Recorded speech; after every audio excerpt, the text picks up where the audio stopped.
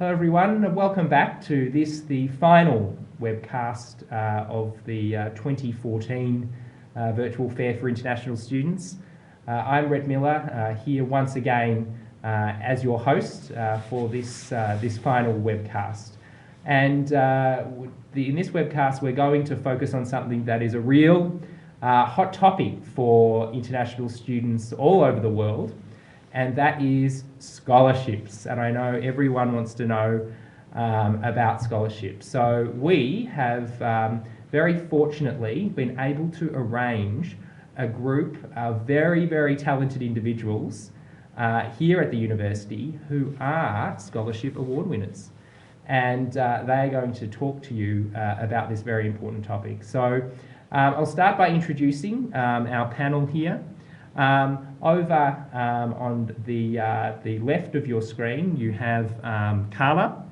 Carla is currently undertaking a PhD in dental health, and she is a recipient of the Chilean government's Becas scholarship. Yes. So welcome, Carla. Thank you for being here. Thank you for having me, actually. Thanks. It's a pleasure. Next we have Stanislav. Stanislav comes to us all the way from Belarus, very close to Russia. Stanislav was the recipient of a full international undergraduate scholarship to the university. So welcome, Stanislav. Thank you. Okay. Next to Stanislav, we have Vivian. Vivian was the recipient of one of our residential college scholarships from International House. Thank you for being here, Vivian. Thank you. And then we have next to Vivian Lee, who is the recipient of a scholarship from AusAid, from the Australian government in Vietnam. Yep. So welcome. Thank you. Thank you. And finally, last but not least, we have Alaya, who is from Indonesia and was the recipient also of a scholarship from the Australian government from AusAid. So folks, thank you all for being here tonight. If I can start with you, Carla. When scholarship students come here, it's a big change from where they've previously originated from. What are some of the challenges you found as a scholarship coming to the University of Melbourne? Well, first of all, I came with my family. Coming with family is quite different. I started my studies by myself and my husband. Mm-hmm. My kid was born here, and that was a huge change.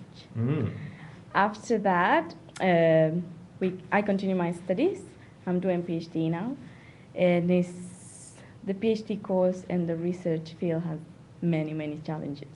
But actually, I'm quite happy to take those challenges, especially here at Uni Melbourne, where actually you can get a lot of support and very good supervisors to guide you during your academic path. So hopefully I can continue with these research activities back home. And yes, that's mainly my big challenge is my kid. So tell us more. I mean, I know that there's a few conditions around your student visa, Yes. around having a family. Yes. So, for example, if you've got a spouse, they can work here They can full work time. full time. Exactly. So that's Full-time. something to keep in mind if you do come Yes. to study at the University of Melbourne, or indeed another Australian institution, that your spouse can also be working whilst you're here. But also having a child here, obviously you require health cover for that. Exactly. You And can all get a international family. students who come to Australia, if they do come here, they are required to have private health cover. Correct? Private health Yeah. cover, in my case, family cover, and you have to pay it to get the visa. You have to Yep. pay the full length of your course. So in my case, I had to pay 4 years of health cover. And how did you at find the once. healthcare here? The university actually guide you during that process. You can get email from the admissions office, or you can find other insurance companies' websites and find out which is the best for you. And so having your child here, did you find the standard of health care good? Actually, the system of the general practitioner here, you go to the GP first in case any health problem, is quite good. Good. The University of Melbourne has a very good health services. My husband we all use it as family. So there is a clinic here for those of you watching that offers both mental health and indeed general health services. Exactly. Yeah. So it's good to keep in mind if you're coming with family. Fantastic. Well, that's very interesting, Carla. So if I can turn to you, Lee. We've heard about some of the challenges I guess people have in adjusting when they come to Australia as a scholarship student. I guess what's some of the benefits? What are some of the highlights you've had in coming here as a scholarship student? The challenges? The highlights, benefits, the good things. The good thing of the university. So I think the first thing I will overwhelm is the teaching methods in the university. It's totally different back in Vietnam.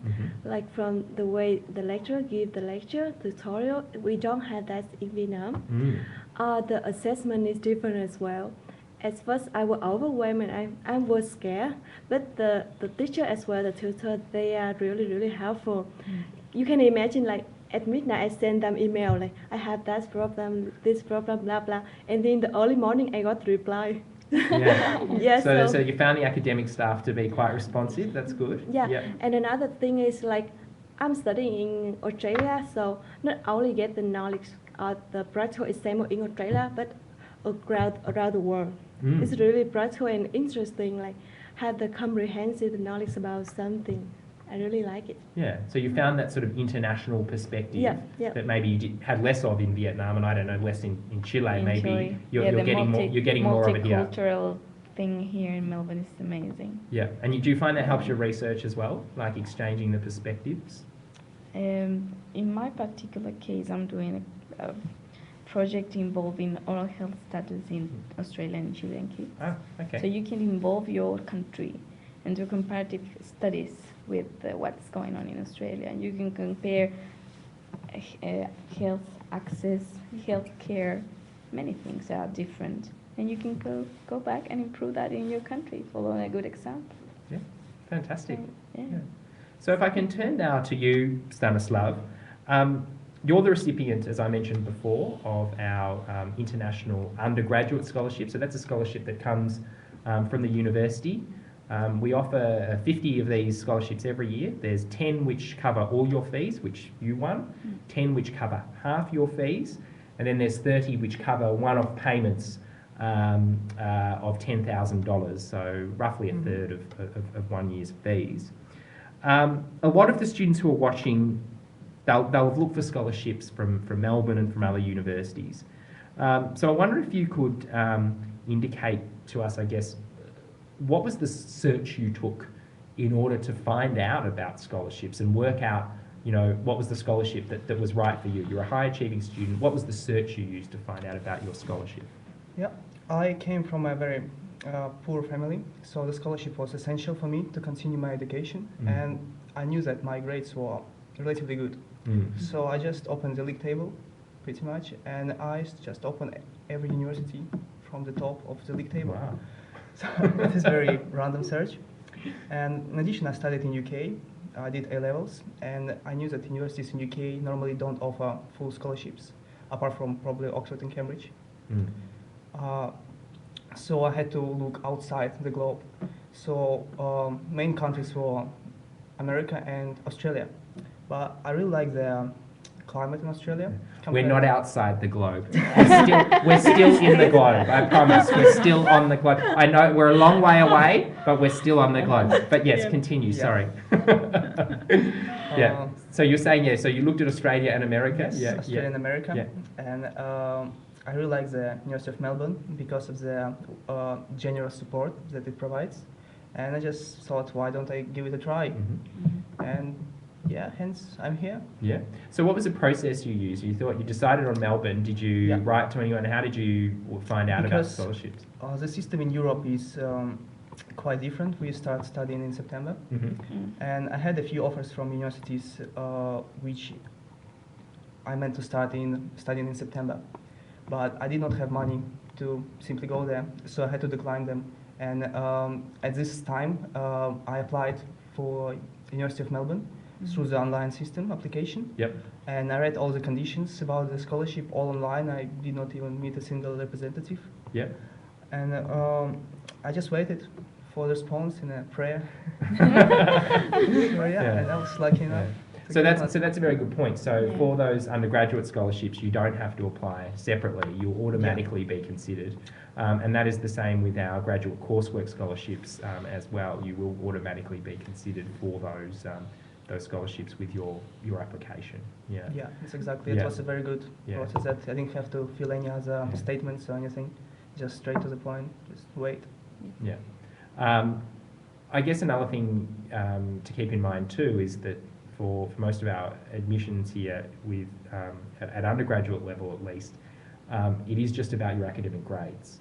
So it's very different to a lot of universities in the US and UK where they're looking at not just your grades, but also looking at any extracurricular activities you've been doing, any, as perhaps some work experience you've had. We are just focused at that undergraduate level on your grades. So that's where it's quite fair with the scholarship. It's very much just focused on how hard you worked and how skilled you were, I guess, academically. And if I might ask, what was the score you required to give people an idea doing A-levels around the world? Yeah. What was the score you required to get a scholarship? I emailed one of the admission officers, and last year it was for A-levels, it was 4-star A. Yes, and it does vary according to country, it does vary, but it's pretty much around that benchmark. Around this benchmark. Yeah, for IB it was 44, 45.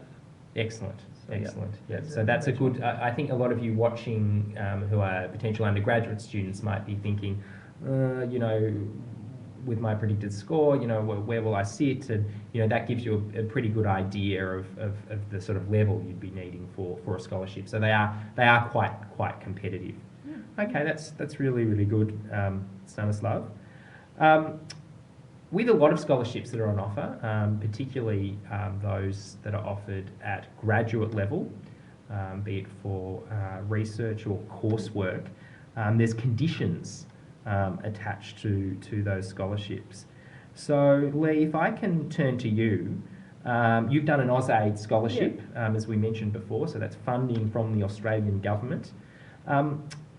Were there any conditions attached to that scholarship, or what are the conditions that are attached to the AusAid scholarship? After finishing your course in Australia, you have to go back to Vietnam, have to leave Australia.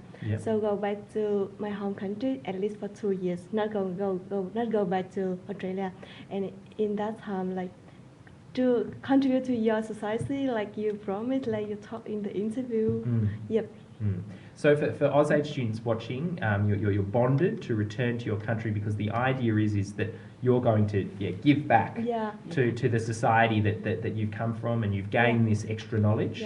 And we signed the commitment, signed the contract with the Commonwealth, and in case like we break that commitment, we have to reimburse all the money. And I think it's impossible for us to do that. You don't want to pay anything. No. It's better to go back. But how wonderful to go back and to give so much back to your society when you go back. If I might ask, Lee, what's your area of focus? What's your area that you're studying? I used to work in HIV prevention program back in Vietnam.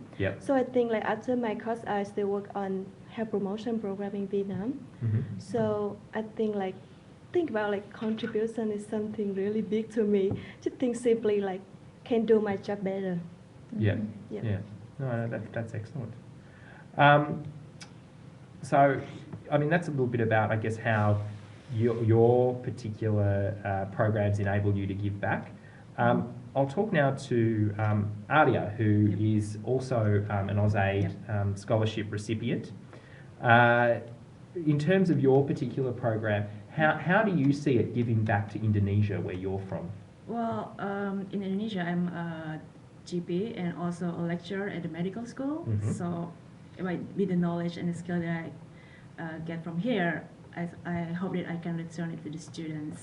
So I hope that my students can receive all the knowledge that I have in here, and hopefully they can also do research, and definitely that I hope my research can also contribute to all the people, not only in Indonesia but globally. Globally, throughout the world. Hopefully.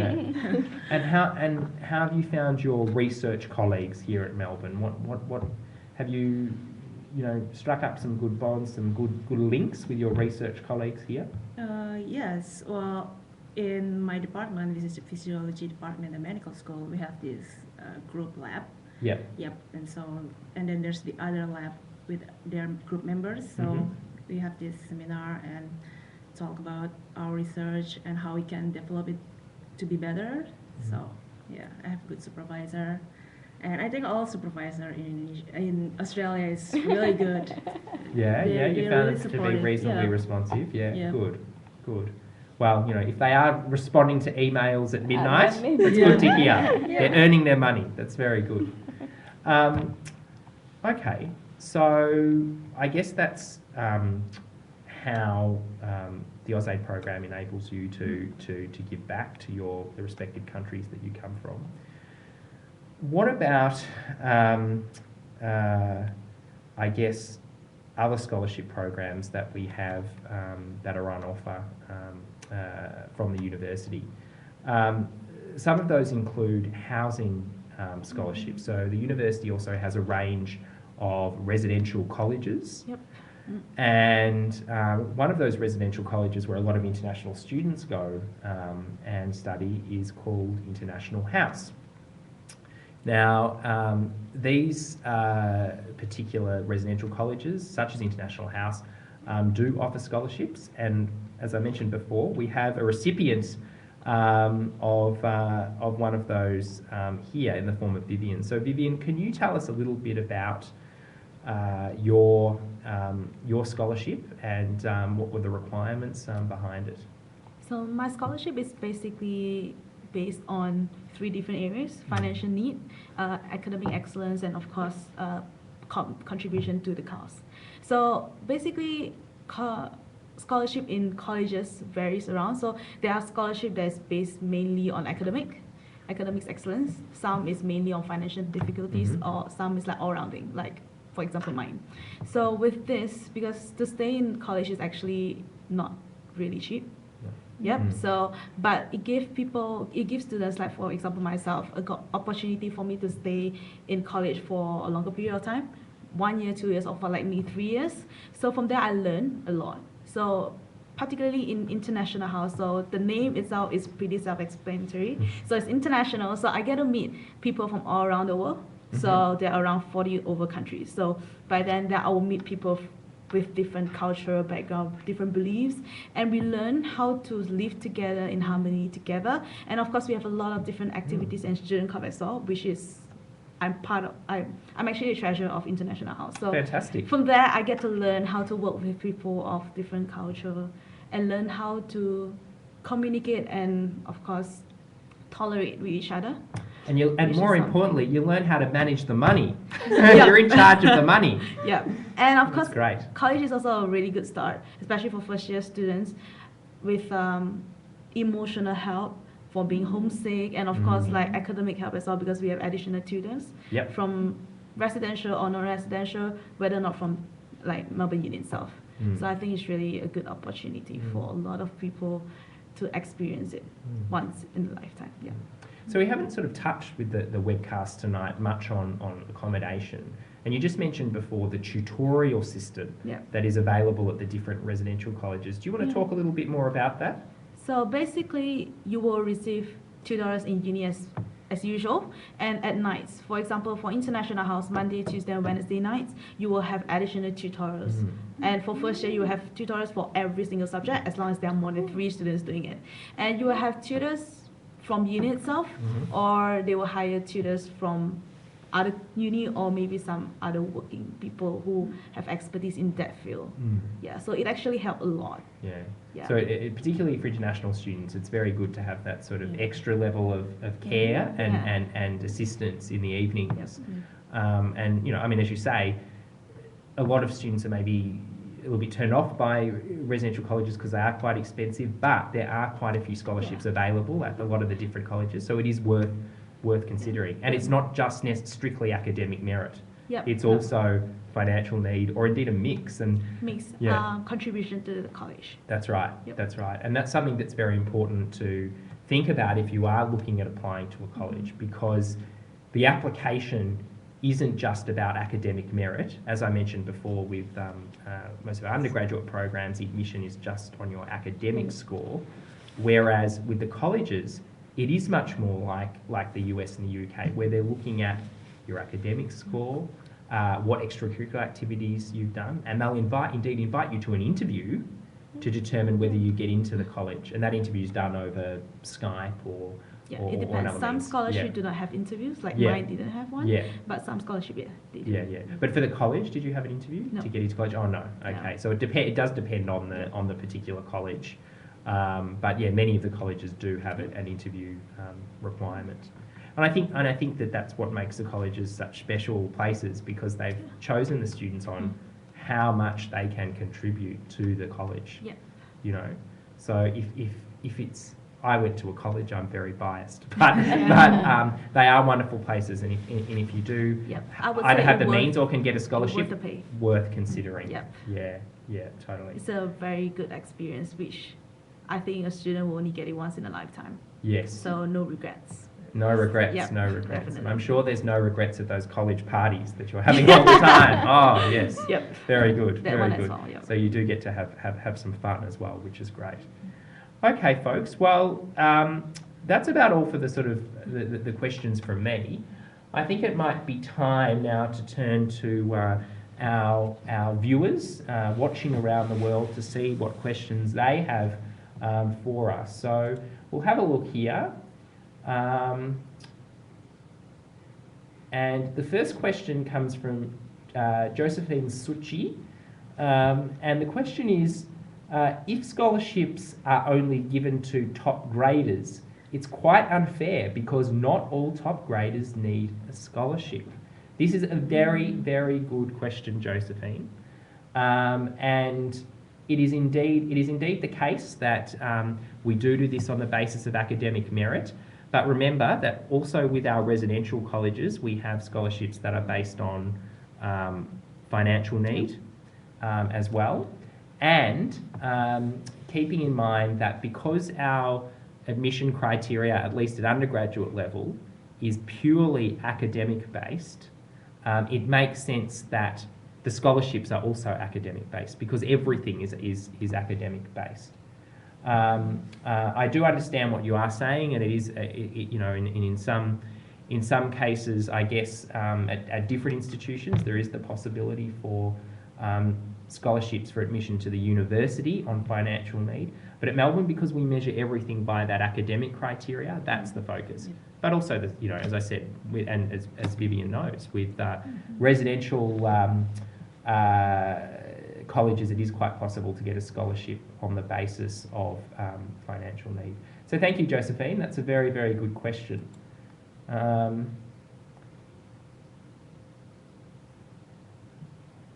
Okay. So this is an interesting one from Sylvia Miguel. Sylvia says, how can we get information about scholarships from the private sector in Melbourne? Well, that is something that I would recommend that you possibly have a look at on our scholarships website about. There are a handful of scholarships that fall outside, although it's not really private sector, it's more like NGOs, like there's Asian Development Bank scholarships, and indeed in some countries, like with the Becas Chile, there are government programs. In terms of ones that come from the private sector, I guess you would have to look at what are the big institutions in your country and see whether they do offer any scholarships in particular areas. Does anyone have anything on that front, or know of any private sector organisations in your countries? No. What does it mean with private sector? It means so like non-government entities that award scholarships. Well, we can look into banks. Yes. I'm pretty sure, I'm not too sure about other fields, but like commerce fields or engineering. Yes. I'm pretty sure like banks or some oil company would definitely have a few scholarship. Yeah. Which not just purely based on merit, like academic excellence. Yeah, and you're bonded to go back and work. Yeah, at which is that actually a really good offer. At that particular organisation, if you do receive the scholarship. In Chile, we got big miners. Yep. Big mines like here. So those companies usually provide scholarship for English courses, or maybe there could be something related to engineering. Yeah. So it's often very field specific, Yeah. Yeah. and I guess motivated by the economics of a particular country. Yeah. So maybe think about where your big development areas, what they are in the country that you're from, Sylvia, and look at the large companies in those areas and approach them. So that was a very interesting question.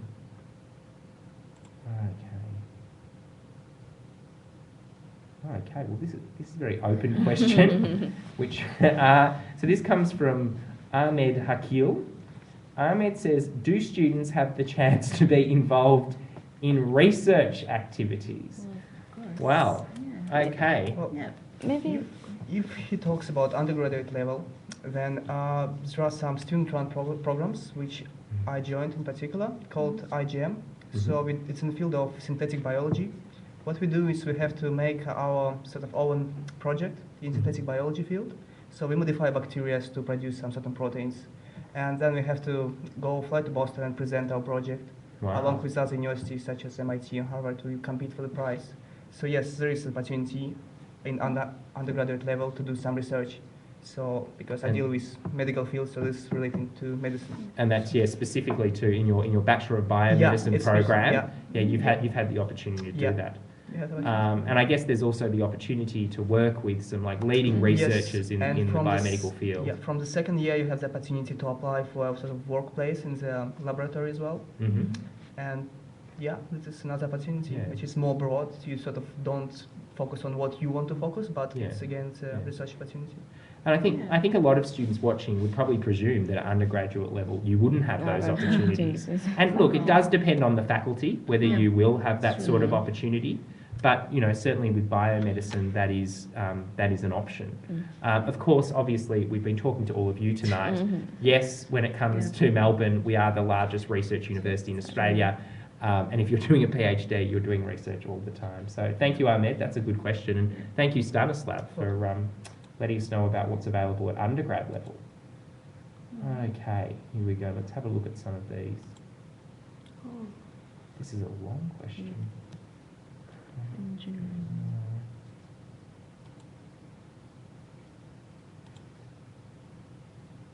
Okay, this one comes from Yama Medaka.